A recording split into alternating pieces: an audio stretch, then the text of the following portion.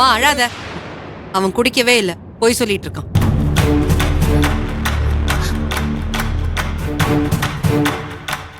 என்னக்கா சொல்ற? அண்ணன் குடிக்கலையா? ஆமா, குடிச்ச மாதிரி நடிச்சிட்டு இருக்கான். ஆசனே ஊது. ஏய் சும்மா வர்றா. ஊதாசனே சும்மா வர்றா. சொல்றல ஊதுனாசனே. சும்மா வருன்றல. ஆமா ஸ்மெல்ல வரலையே. ஆசனே அப்படியே குடிச்சிருக்கீங்க, எல்லார்கிட்டயும் போய் சொல்றீங்க. அப்ப நீங்க குடிக்கலையா? கேக்குறல்ல சொல்லுங்க. இல்ல.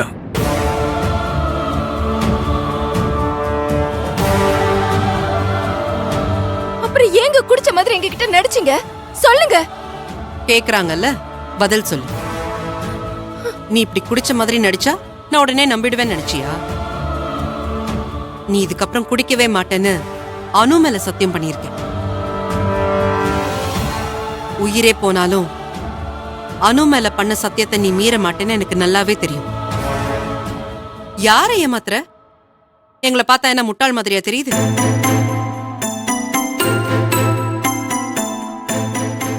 மாமா, ஏன் மாமா குடிச்சேன்னு போய் சொன்னீங்க? அது ஒண்ணும் இல்ல. நீங்கெல்லாம் என்ன பண்றீங்கன்னு பார்க்க தான் சும்மா நடிச்சேன். வேற ஒண்ணும் இல்ல. ஏங்க எதுல எல்லாம் விளையாடுறதுன்னு ஒரு விவசாயே இல்லையா? அத்தைய பாருங்க எப்படி அழுது உட்காந்துட்டு இருக்காங்கன்னு. நானே கொஞ்ச நேரத்துல பயந்து போயிட்டேன் தெரியுமா? ஏங்க வர வர உங்க என்ன இப்படி போயிட்டு இருக்கு? அண்ணி விடுங்க, ஏதோ முட்டாள்தனமா பண்ணிட்டான். போ, உள்ள போய் ரெஸ்ட் எடு. இனிமே திரும்ப இந்த மாதிரி எல்லாம் பண்ணாத. ஆசனே வாங்க வா. இவன் ஏன் இப்படி பண்றானே தெரியலையடா. சரி விடுங்க அத்தை. அதான் அவரு குடிக்கலன்னு சொல்லிட்டாருல, ஏதோ விளையாட்டுக்கு பண்ணிட்டாரு, விடுங்க. சரி எல்லாரும் வேலையை பாருங்க. நீங்க வாங்க. என்னடா ஆச்சு இவனுக்கு? சும்மா விளையாட்டுக்கு பண்ணிட்டாருமா. விடிஞ்சா விநாயகர் சதுர்த்தி இவன் இப்படி பண்ணிட்டு இருக்கானேடா. சரி விடுமா.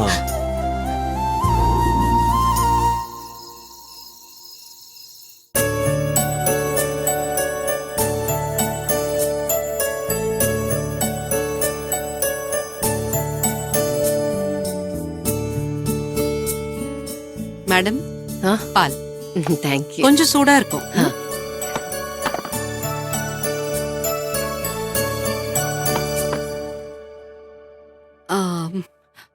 மேடம் சொல்லுங்க. மன்னிச்சிருங்க. மன்னிக்கணுமா? எதுக்கு? நீங்க ஏன் என்கிட்ட மன்னிப்பு கேக்குறீங்க? இல்ல, மூர்த்தியோட நடவடிக்கை நிச்சயமா உங்களுக்கு ஒரு ஏமாற்றத்தை கொடுத்திருக்கும்னு நினைக்கிறேன். என்னதான் இருந்தாலும் நீங்க ஒரு செலிபிரிட்டி இல்ல மேடம். நீங்க அத பத்தியெல்லாம் யோசிக்காம நாங்க விருப்பப்பட்டு கேட்டோங்கிறதுக்காக நீங்க எங்க கூட எங்க வீட்டுல தங்குறதுக்கு சம்மதிச்சிருக்கீங்க. நிச்சயமா நாங்க உங்களை சந்தோஷமா வச்சுக்கணும். எங்க குடும்பத்துல ஒரு ஆளா நினைச்சு உங்களை அப்படியே நல்லா பாத்துக்கணும்னு நினைச்சோம். ஆனா அது தப்பாயிடுச்சு. அப்படி எங்களால நடந்துக்க முடியல. ஐயோ, மூர்த்தி எதுக்காக இப்படி திடீர்னு நடந்துகிட்டான்னு என்னால சத்தியமா யோசிக்கவே முடியல. அவன் ஏதோ விளையாட்டுக்கு பண்ணதா சொல்லியிருந்தாலும் அவன் பண்ணது உண்மைன்னு நம்பி இங்க நடந்த சில விஷயங்கள் உங்களுக்கு ஒரு மாதிரி அது அன்கம்ஃபர்டபுளா ஃபீல் ஆயிருக்கும். நான் அதுக்காக தான் மன்னிப்பு கேட்டேன். எதுவுமே தப்பா எடுத்துக்காதீங்க. கயல், இது ஒரு விஷயமே கிடையாது. ஆனா நீங்க என்கிட்ட மன்னிப்பு கேட்டீங்க பாத்தீங்களா? இந்த குணம்தான் உங்ககிட்ட எனக்கு ரொம்ப பிடிச்சிருக்கு. ஒருத்தர் மனசை கஷ்டப்படுத்த கூடாதுங்கிறதுக்காக நீங்க தப்பே பண்ணனா கூட என்கிட்ட மன்னிப்பு கேக்குறீங்க பாருங்க. உண்மையிலே உங்க குணம் எனக்கு ரொம்ப பிடிச்சிருக்கு. ஆனா ஒரு விஷயத்த புரிஞ்சுக்கோங்க, நீங்க என்கிட்ட மன்னிப்பு கேட்கணும்னு எந்த அவசியமும் இல்லை. அப்படி இல்ல மேடம். ஒரு குடும்பத்துல எப்பவும் சந்தோஷம் சிரிப்பு மட்டும்தான் இருக்குன்னு சொல்ல முடியாதுல்ல. சண்டை, மன வருத்தம், கஷ்டம், பிரச்சனை இப்படி எல்லாமே இருக்கிறது சகஜம் தானே. அதெல்லாம் இல்லாத குடும்பம் எங்க இருக்கு? ஃபேமிலிக்குள்ள இதெல்லாம் சாதாரண விஷயம்தான். இதுல நான் ஏதோ வருத்தப்படுறேன்னு நீங்க யோசிச்சு தேவையில்லாம கில்ட்டியா ஃபீல் பண்ணாதீங்க. இது ஒரு விஷயமே இல்ல. அதான் மூர்த்தி குடிக்கலான்னு சொல்லிட்டாருல்ல. அதான் எனக்கும் புரியல. அவன் ஏன் திடீர்னு இப்படி எல்லாம் நடந்துகிட்டானும் தெரியல. இங்க வந்ததுல இருந்தே அவனோட பேச்சு, நடவடிக்கை எல்லாத்துலயும் ஒரு மாற்றத்தை நான் உணர்றேன். ஏதோ வித்தியாசமா பண்ணிட்டு இருக்கான். எதுலயுமே நாட்டம் இல்லாதவன் மாதிரி நடந்துக்கிறான். யார்கிட்டயும் அட்டாச் ஆக மாட்டேங்கிறான்.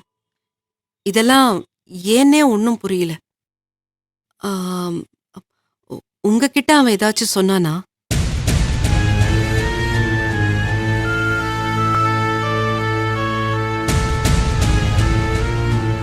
மேடம்.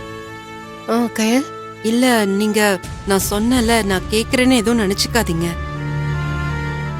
மூர்த்தி உங்ககிட்ட வேலை பார்த்தான்ல, அப்போ ஆ, ஆ, அப்பா அவன் ஏதாச்சும் பிரச்சனையில இருந்தானான்னு தெரிஞ்சுக்கிறதுக்காக தான் கேக்குறேன்.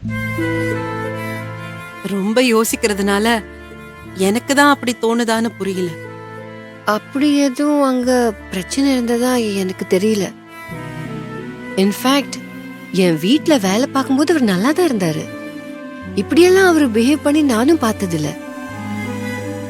அவர் மனசுல என்ன யோசிக்கிறாருன்னு எனக்கும் தெரியல. என்னன்னு கேட்டாலும் எதுவும் சொல்லவும் மாட்டேங்கிறான். அவனை என்ன சொல்றதுன்னே தெரியல. கயல், உங்ககிட்ட ஒண்ணு சொல்லவா? ஆ. மூர்த்தி நான் வேணா பெங்களூர் கூட்டிட்டு போட்டுமா? இல்ல, அவர் அங்க என்கிட்ட வேலை பார்க்கட்டுமே. என்ன மேடம் திடீர்னு இப்படி சொல்றீங்க? திடீர்னு எல்லாம் இல்ல, ஏற்கனவே யோசிச்சதுதான். நல்ல சம்பளத்தோட அவருக்கு அங்க வேலை, அனுக்கு நல்ல எஜுகேஷன் கொடுக்கலாம், அவரும் லைஃப்ல செட்டில் ஆயிடலாம்ல. இத்தனை நாளா அவரு காணாம போனதை நினைச்சுதானே நீங்க எல்லாம் பயந்துட்டு இருந்தீங்க. இப்ப அவரு என்கிட்ட வேலை பாக்குறாருன்னு நானே சொல்றேன்ல. நீங்க பயப்பட வேண்டாம். அவரை பத்தியோ, அவர் ஃபேமிலியோட growth பத்தியோ, இல்ல அனுவோட ஃபியூச்சரை பத்தியோ எந்த கவலையும் வேண்டாம். அவங்கள பாத்துக்க வேண்டியது என் பொறுப்பு. நீங்களும் உங்க ஃபேமிலிய பாருங்க. அந்த ஹோட்டல்ல நீயும் ஹஸ்பண்டும் ரன் பண்ணிட்டு உங்க லைஃப நீங்க பாத்துக்கலாமே. எல்லாருக்காகவும் நீங்க ஒருத்தி ஏன் கஷ்டப்படணும்? நான் இப்படி சொல்றேன்னு தப்பா எடுத்துக்காதீங்க. நீங்க மூர்த்தி மேல உள்ள அக்கறையில தான் இப்படி ஒரு விஷயத்த சொல்றீங்க. அது எனக்கு புரியுது. ஆனா வேண்டாமே.